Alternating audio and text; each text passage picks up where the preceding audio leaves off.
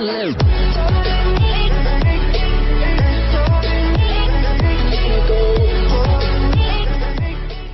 orphaned children of notorious Islamic State fighter Khaled Sharrouf want to return to Australia, saying they are no threat to the community and never knew they were being taken to Syria.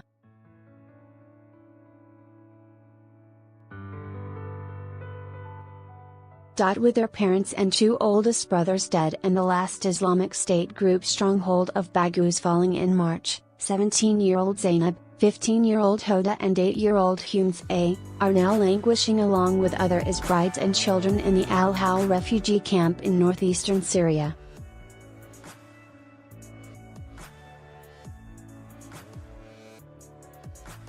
The children were taken to Syria and the Islamic State is grouped by their mother and Sharrouf's wife, Tara Nettleton, in February 2014.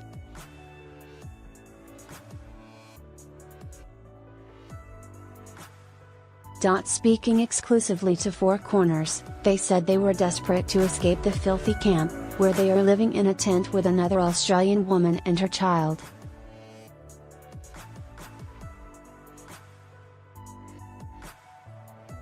I just want to get out of here, Zainab said. We've been wanting to come home for a very long time, but we were just scared.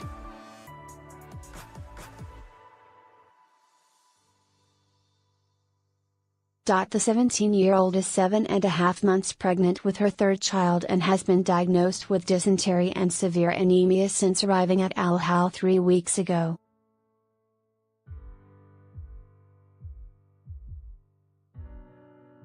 Zainab said they had wanted to flee as for a long time but had heard rumors about what happened to those who left.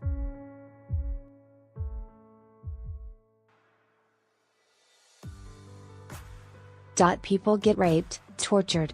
They get caught by other people. That's why we never actually had the heart to leave.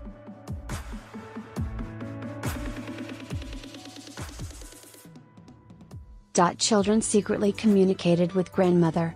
The children's maternal grandmother, Karen Nettleton, is on her third mission to bring them home, having made 2 failed journeys to Turkey in 2016 and 2018 to try to get them out of Islamic State territory.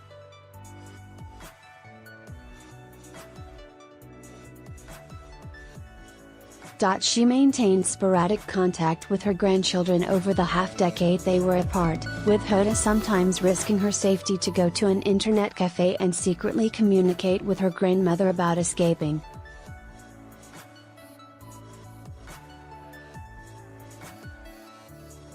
Photo, Khaled Sharrouf when the family was living in Islamic State territory. Supplied.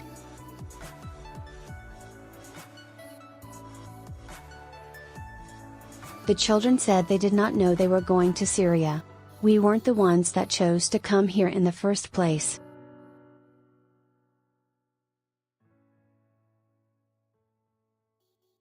We were brought here by our parents, Zainab said.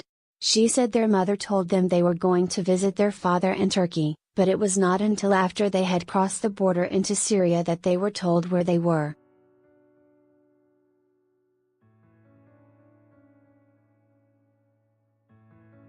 Somewhere between 3,700 and 4,600 foreign children were taken to Syria to join us, representing about 10% of all foreigners, and a further 730 were born there to foreign parents, according to the UK-based International Centre for the Study of Radicalisation.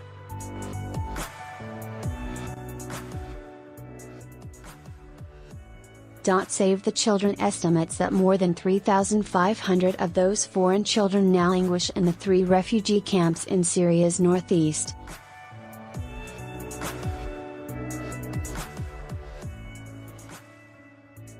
At least 100 children, more than half aged under 5, have died from a combination of malnutrition and hypothermia either at the camp or during transportation through freezing nights in uninsulated trucks, according to NGO the International Rescue Committee.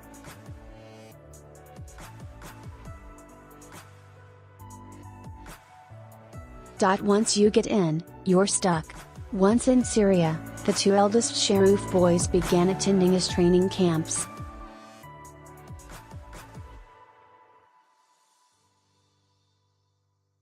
Family photos showed them posing with guns, and in a now notorious photo, eldest boy Abdullah brandished a severed head for his father's camera.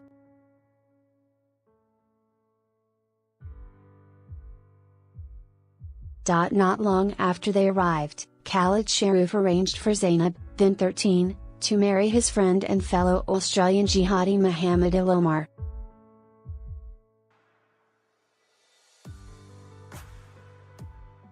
They had one child who was born after al-Omar was killed in a drone strike in 2015.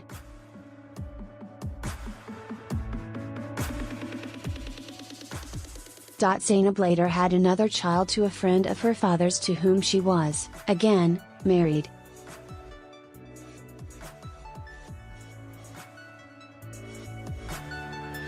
Despite living amid the brutality of IS for so many years, Zainab said she and her siblings posed no risk if they returned to Australia.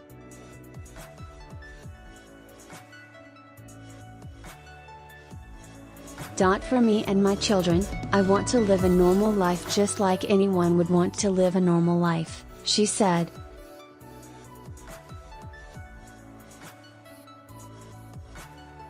Hoda said the past 5 years had been hard and she had wanted to leave from early on but was not allowed.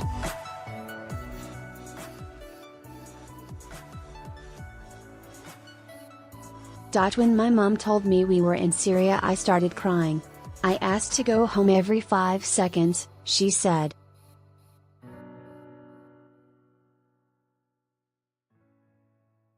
I thought we could get out whenever we wanted to, but you can't. Once you get in, you're stuck.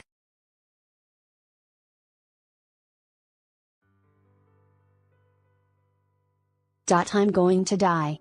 Hoda has described to Four Corners the final days in Baghouz, as Kurdish soldiers and American military aircraft slowly wiped out ISIS's last Syrian stronghold.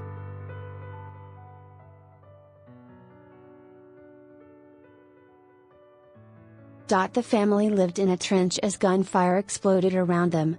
When a ceasefire was announced, Hoda fled on her own, hoping her siblings would follow.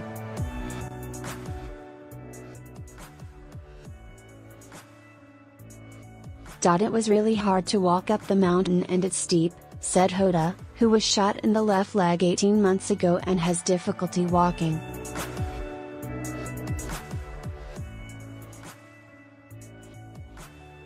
Me with my foot, it's injured, the nerve doesn't work. I had to get people to help me as I kept falling on the ground.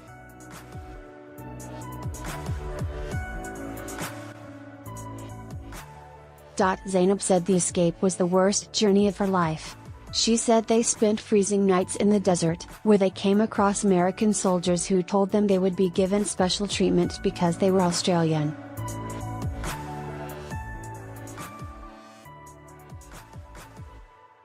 But she said in the end they were left in the desert with not even a blanket for her toddlers Aisha and Fatima.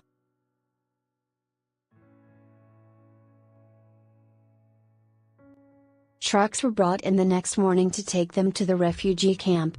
Fatima, we didn't have nappies in those times.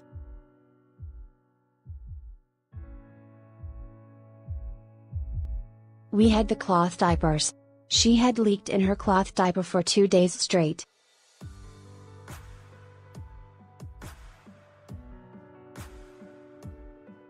I had nothing to put her in, she said. She was cold and sick. I thought I was going to die from the cold.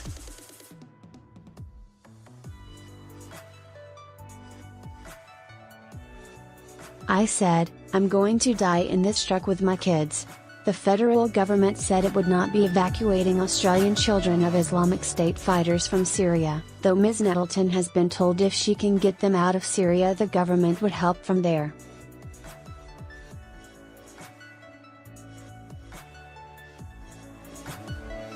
Watch Orphans of ISIS on Four Corners at 8:30 p.m. on ABC TV and iView. Contract Suzanne Dredge.